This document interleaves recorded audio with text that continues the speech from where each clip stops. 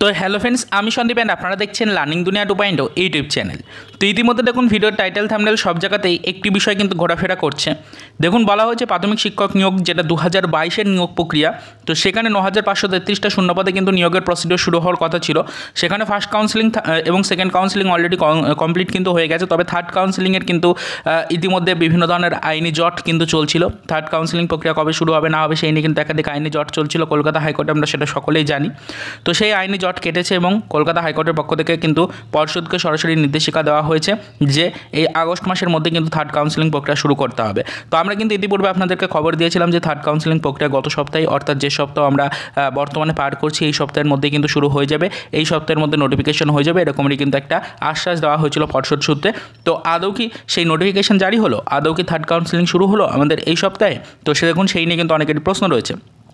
যারা মূলত 2022-এর TET pass চাকরি প্রার্থী তারা তো এই বিষয়গুলো নিয়ে অনবরত প্রশ্ন করে চলেছেন। তার কারণ এই নিয়োগ প্রক্রিয়াটার আইনি জটের কারণে কিন্তু তাদের জন্য নতুন নিয়োগের নোটিফিকেশন আপাতত প্রকাশ করছে না পর্ষদ। তো সেই কারণে তারা কিন্তু অনবরত বিষয়টা সম্পর্কে খবর নেওয়ার কিন্তু চেষ্টা করছে। তো দেখুন বলে রাখার চেষ্টা করি যে চলতি মাসের মধ্যে কিন্তু ফ্রেন্ডস আমাদের এই থার্ড কাউন্সিলিং প্রক্রিয়া শুরু করে কমপ্লিট করতে হবে, এরকমই কিন্তু নির্দেশিকা রয়েছে কোর্টের পক্ষ থেকে।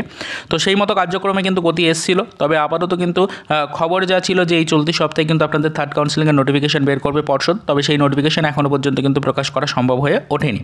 তবে অবশ্যই আপনাদেরকে জানিয়ে রাখার চেষ্টা করি, চিন্তিত হওয়ার কোনো কারণ নেই। খুব শীঘ্রই কিন্তু পর্ষদের পক্ষ থেকে থার্ড কাউন্সিলিংয়ের নোটিফিকেশন প্রকাশ করা হবে। যেহেতু কোর্টের পক্ষ থেকে নির্দেশিকা দেওয়া হয়েছে এই চলতি আগস্ট মাসের মধ্যে কিন্তু ফ্রেন্ডস আপনাদের এই থার্ড কাউন্সিলিংয়ের প্রক্রিয়া সম্পূর্ণ করতে হবে।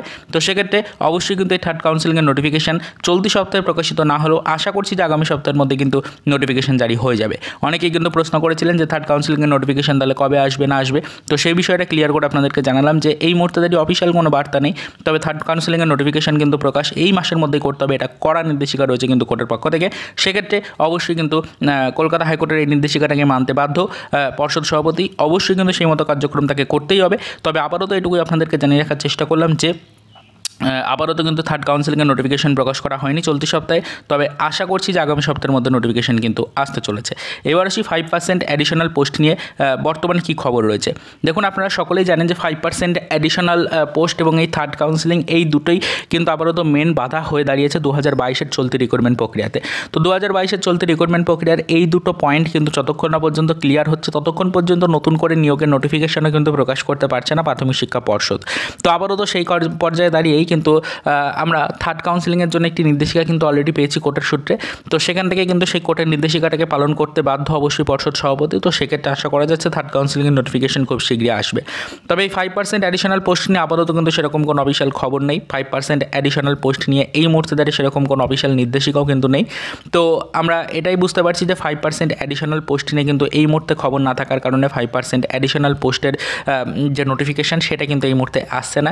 আগে থার্ড কাউন্সিলিংয়ের প্রক্রিয়া কমপ্লিট হবে, তারপরে গিয়ে কিন্তু 5% অ্যাডিশনাল পোস্ট নিয়ে কোনো চিন্তাধারা কিন্তু সামনে উঠে আসবে।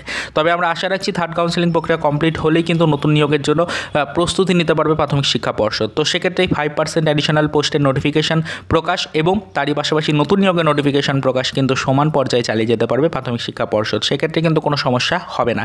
তো যারা মূলত 2022-23-এর টেট পাস চাকরি প্রার্থী থাকছেন তারা কিন্তু নতুন নিয়োগের জন্য নোটিফিকেশান প্রকাশের আশায় ওয়েট করছেন, অর্থাৎ ইন্টারভিউ নোটিফিকেশান পাওয়ার জন্য ওয়েট করছেন। তারা জেনে রাখুন যে থার্ড কাউন্সিলিং প্রক্রিয়াটা মোটামুটি কমপ্লিট করতে পারলেই কিন্তু নিয়োগ প্রক্রিয়ার উপরে যে আইনি জট, নিয়োগ প্রক্রিয়ার উপরে যে বাধা সেগুলো কিন্তু আর থাকবে না। তো মোটামুটিভাবে আপনাদের জন্য কিন্তু ইন্টারভিউ নোটিফিকেশান প্রকাশের প্রস্তুতি কিন্তু নিতে পারবে প্রাথমিক শিক্ষা পর্ষদ। তো অবশ্যই আপনাদেরকে বিষয়টা জানিয়ে দিলাম যে অলরেডি থার্ড কাউন্সিলিং প্রক্রিয়া কিন্তু শুরু করার কথা ছিল চলতি সপ্তাহে, তবে সেটা কিন্তু নোটিফিকেশান আকারে জারি করা হয়নি চলতি সপ্তাহে। আশা করছি যে আগামী সপ্তাহের প্রথম দিকেই হয়তো নোটিফিকেশান জারি করবে শিক্ষা পর্ষদ, যেহেতু আগস্টের মধ্যে কিন্তু নিয়োগ প্রক্রিয়ার থার্ড কাউন্সিলিং কমপ্লিট করতে নির্দেশ দেওয়া হয়েছে কোর্টের পক্ষ থেকে। সেক্ষেত্রে অবশ্যই আশা করছি আগামী সপ্তাহের মধ্যে কিন্তু এই নোটিফিকেশন জারি হবে।